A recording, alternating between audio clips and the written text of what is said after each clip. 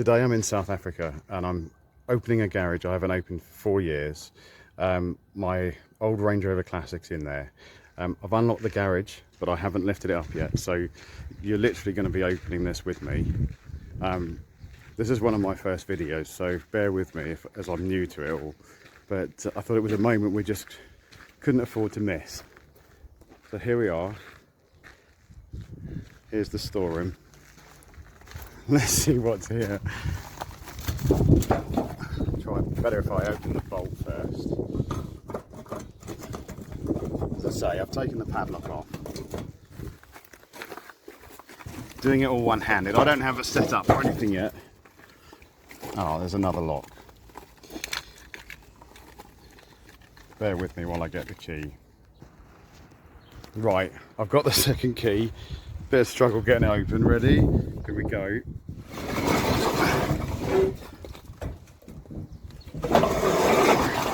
God, it's dirty. Well, it's not too bad. So there she stands. Right, it's very difficult to get past here at the moment. So what I'm going to do is push it out and then I'll join you again. So it's a bit hard to get it pulled out on my own. So I've pulled out as far as I dare. I've used my other Range Rover because I'm on my own just to tug it backwards. So hopefully you can see, just give me enough room to kind of find my way in. So it's a bit of a tight squeeze, especially for me. So little squeeze in, but it's in a lot better condition than my mind's eye remembered. So let's get inside the car now. Hopefully that's coming out well. I've just got to remember where the bonnet release is, and I can't remember. I thought it was on the driver's side, but so far I haven't spotted it. So I'll just take you around the car. So here's the interior. Okay, it's a lovely old classic. I really forgot how nice this car was. I had a couple of reasons I didn't use it on my last trip. Basically that cracked windscreen, if you can see that over there. There was a cracked windscreen. Low range also tends to pop out. And we were going up to the Okavango Delta. So I knew I needed to have low range. The other thing is diff lock is vacuum operated on this. And basically the vacuum line isn't connected. So I knew I had a cracked windscreen, low range wasn't staying in. I knew I didn't have center diff lock. So I took the P38, which I'd never taken off-road before. I'd never taken any of them, any P38 off-road before. It turned out it was amazing, totally amazing off-road. And as lovely as this girl is, it can get very hot driving, very noisy driving in this car, as much as I love it to bits. But anyway, let's get this bonnet open. We've got the bonnet open, let's have a look. I forgot, I did a bit more work on this than I remembered. But when I got this, it was an off-roader. It had wheel arch extensions, it had big mud terrain tyres on it. You know, obviously someone had enjoyed it for that. It had rock sliders. But I wanted to go back to the classic style. So it's back with Rostar wheels. I don't know if you can pick them up. It's been resprayed. We've had to obviously take off all of the off-road equipment and so forth over the years and put it back to standard as much as possible. So I'm just going to open the bonnet and just pause the video there. Okay, bonnet open at long last. Now the reason that the vacuum line doesn't work is that I was persuaded to replace the SU carbs with a Weber, and it works, but it'll be going back to original as soon as I intend to get this back to the UK. So once it gets back there, then it'll go back to being original. So now I'll give you a little look in the dark. what we'll do, I'll get it fired, hopefully get it fired up. And I know my family member tried to start it up quite a few years ago, and they couldn't start it. And I think, if I remember correctly, I took the rotor arm out, so you didn't have much of a chance to get it started, because obviously I'd forgotten about that. So, and the problem with the fuel in this is that it just evaporates. So whatever you leave it with is gone when you come back. So I know I'm going to have to go out and get some fuel for a start, but let's see how we go. So less than brilliant news. I had replaced the rotor arm. You can just see it's in there. So if we've got a rotor arm and it didn't start before, I wonder if it will start now, because it was always an on the button vehicle, but the main thing is making sure it's primed up with fuel. So I'll give it a crank over. What can we do? Well, if we crank it before ignition, then at least that way we can build up some oil pressure, because obviously it stood for such a long time that we've got oil on the stick. I could say it almost looks like it's overfilled, but don't worry, it will use that. It does tend to like a bit of oil. But yeah, let's get it cranked up so that we've got oil pressure before any ignition, and then we'll take it from there, one step at a time. Okay, so now I have fuel. We're on our way back, see what we can do. Back with the fuel. Ready to fuel her up. I'm going to film that bit because I'm not really sure about using a camera while trying to put petrol in, and it's a bit of a tight spot. So I'll catch up with you in a minute. Okay, so far seems to be fuel starvation problem, and for some reason, and I don't remember why, I know I replaced one of the fuel pumps, but for some reason there was two pumps. I can show you in a moment, but they're under the car, and it's not the easiest to get into. You can see the condition of the car is, it's really good. It's better than I remember. Anyway, there's a fuel filter leaving the tank, and that has no fuel in it, and I can feel both pumps running. So I'm just wondering, because it drove in here originally and drove perfectly, so I'm wondering if that fuel filter's blocked. So I'll come back to you. Again, not the best angle for videos, but this is totally clear. You can see it's got a one-way arrow, no resistance, but also no fuel on the lines. They're completely dry, and I've just put fuel in, so something's wrong with the fuel pumps. Well, that was hard. That took 2 days. This is not the same day, it's the following day. And basically I could not get the fuel up in the line. Let me just get the car in the background so you can see it. I'm sure you can hear it. So after a lot of investigation and siphoning fuel and all sorts of things, I found there was a cracked fuel line that came from the tank, and no matter what you could do, it was just sucking air in, so you couldn't build up any vacuum to get it running. However, it's now running. Started pretty easily, just had to let the carb fill up. Once the carb was filled, it cranked pretty quickly. It always was perfectly a good car with that. You know, you could always take it anywhere. But you might hear, I can hear some metallic sounds, some bearings that don't sound great, pulley bearings by the sound of it.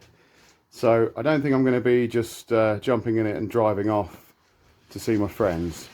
I think I've got a little bit more work to do, but we have a running car. So sorry about the light, just working in a garage here.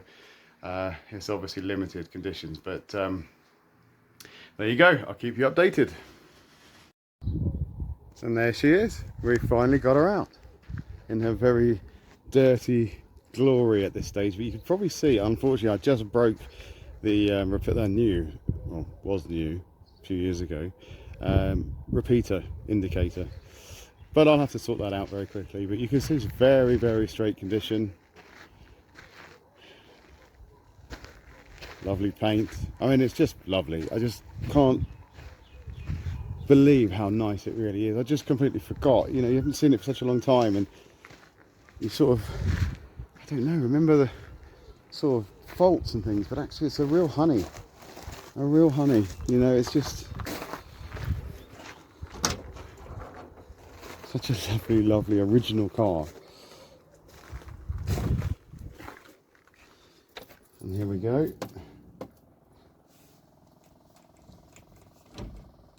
Let's check. Oh, I've got a habit of leaving it in gear.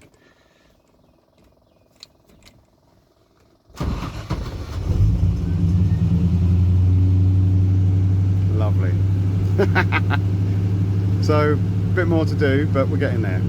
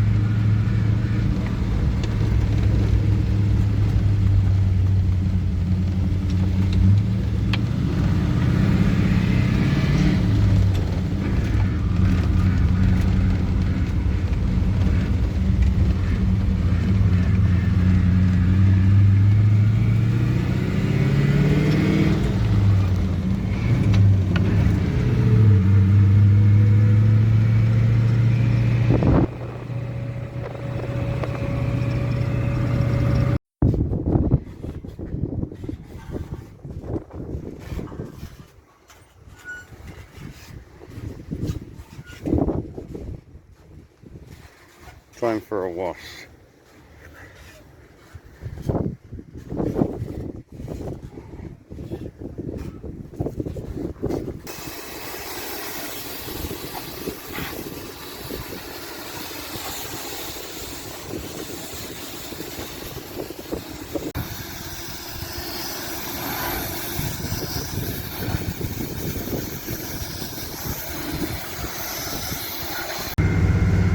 Okay, we're now making our way up to my friend Philip's up in Benoni. It's about 100 kilometers, so this could well be the last journey in the country for my lovely old Range.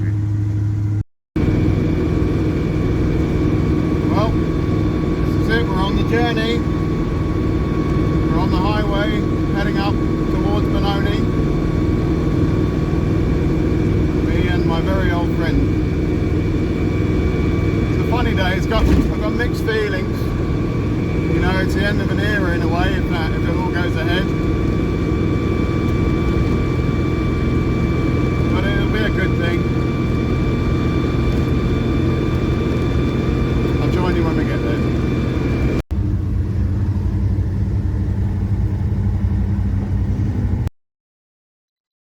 So she made it all the way there perfectly, and now is awaiting her return to the UK.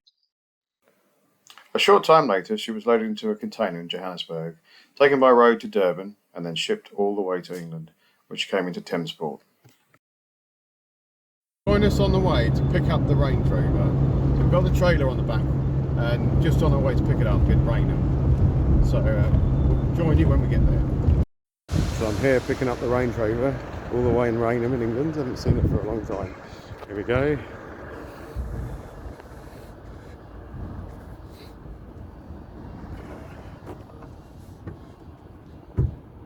Oh, the headline has come down. God, why has that come down?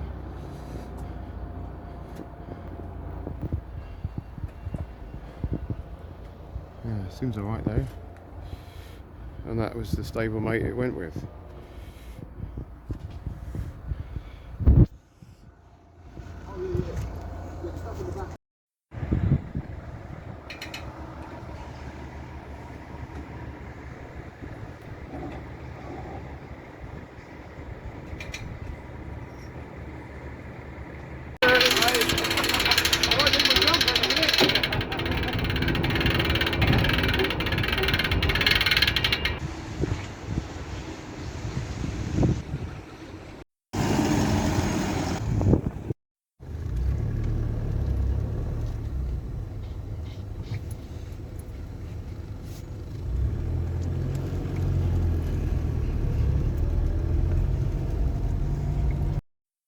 Welcome to your new home. Hey, amongst friends, lots of friends. Oh, brilliant. Safe and sound. So here we are, the Range Rover's made it all the way home. And just trying to get it started. It's in there with quite a few friends, as you may notice. So, all good. Just got it to, it's not firing up at the minute. Looks like it's fuel starvation, so got a bit of fuel. So I'm going to put a bit of petrol in, put the battery, I had the battery on charge. So put a charged up battery in and hopefully we can give it a little drive, see how it goes.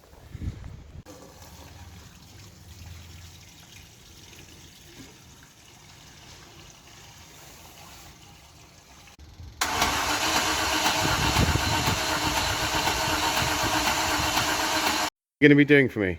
Pushing button. What does the button do? Start engine. Starts the engine. Okay, so you do that and I'll see what's happening at the engine. When? I'll let you know when. Okay.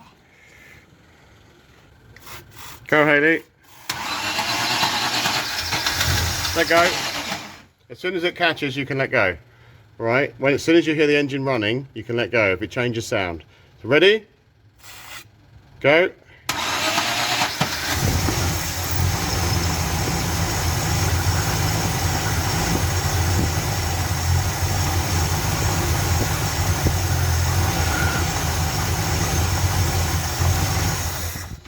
It just won't run on its own petrol for some reason.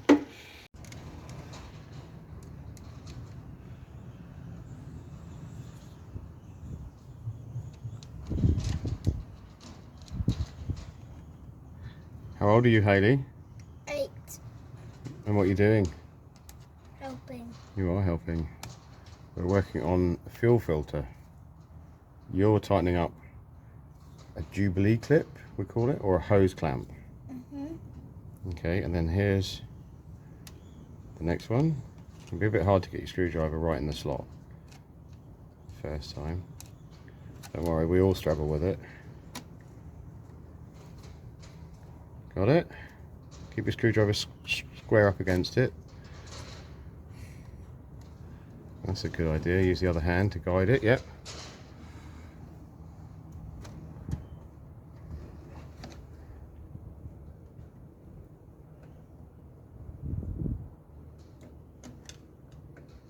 Good job. Did it. Well done. So here we are, back at the Range Rover. Worked perfectly, as you saw in the video in part 1. Drove all the way to Johannesburg, having been stuck in the garage for 4 years. Not a problem. And I thought, well, I'll just put fuel in it, and it should just fire right up. So we've added some fuel straight into the carb, got it running, and as soon as that fuel's consumed, it just stops. So seems like there's a problem. So looking into the carb. I've got the carb off. Do you know, I've never ever had to open the carb before. Not on this vehicle. Not had to do too much work on this, considering where it's been and what I've done with it. You know, very, very little. I changed the brake booster once. Bits and pieces. It's been really. What I'm trying to say is it's been very reliable. So I kind of expected it just to start. But so back to the carb. Okay. So I started stripping it down. Here's the carb on the bench. Okay, and then what I've finally come to is this. I don't know if you call it a jet, but basically it feeds fuel into both barrels. I'm not sure if it's specifically called a jet, but they look blocked. So it's got a banjo bolt going up the center here. If I can try and get the hole. There's the hole in the banjo bolt. That's nice and clear. But so the banjo bolt slides inside this, and then there's 2 little tiny holes in there for the fuel to come out. So if I block the bottom and then blow, try again.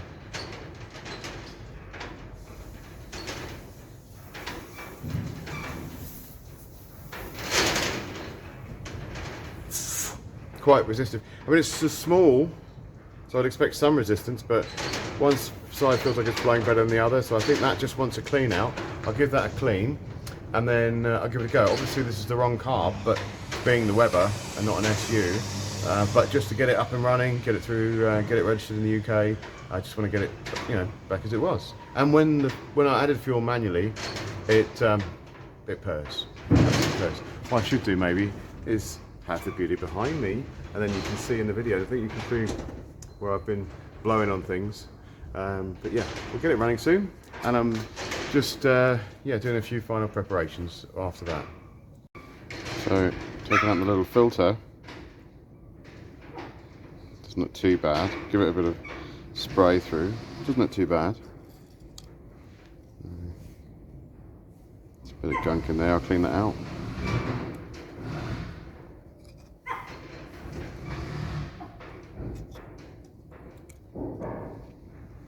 I've never had to do anything on this. So try cleaning in an ultrasonic cleaner. Can't say it really helped. And then if you watch this, you can see the jets are clear.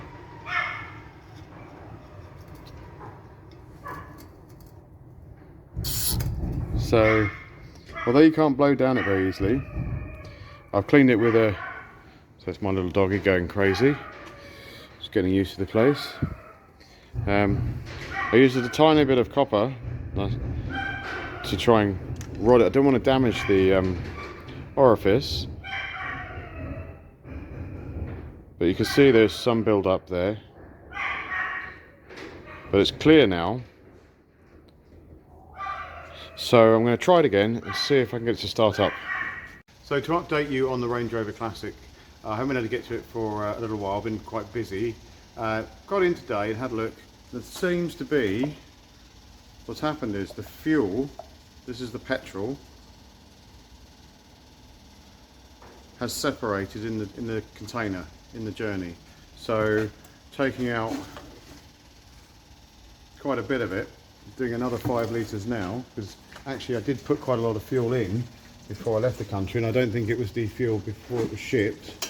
So just decanting it all out now, and yeah, it doesn't smell particularly painted. I did try to light it. It does fire, but not ferociously. So it seems like the fuel's broken down in the journey, and that's why it's not starting. So I have put fresh English fuel in. So with a bit of luck, we can pump this through and then get it to fire up. So this is some of the fuel we've recovered. You can see the oil and fuel separation, or oil and water separation by the look of it, is getting slightly better. So this fuel looks a lot like there's a lot less water content than in the previous bottles. So I'll try and run it on that and see if it will start up. So got it running, it was a fuel problem. We're rushing for the MOT now, so you can hear it running in the background, and then we'll catch up on the MOT. I did film it that night, but unfortunately the video didn't take, but we'll update you after that. See you soon. So here we go, we're driving down to the MOT, first drive in the UK for this Range Rover, and we'll catch you when we get there. So we made it here in time for the MOT. It's about to go into the pit. So pleased to say, it did pass the MOT, and then a week later we received the logbook and number plates, or had number plates made, and then had the ceremony of changing them from the South African ones to the UK. Now it's up and running in the UK. Still got some problems with the carb that I'm working through, but otherwise all successful journey. Thanks for watching, and please subscribe.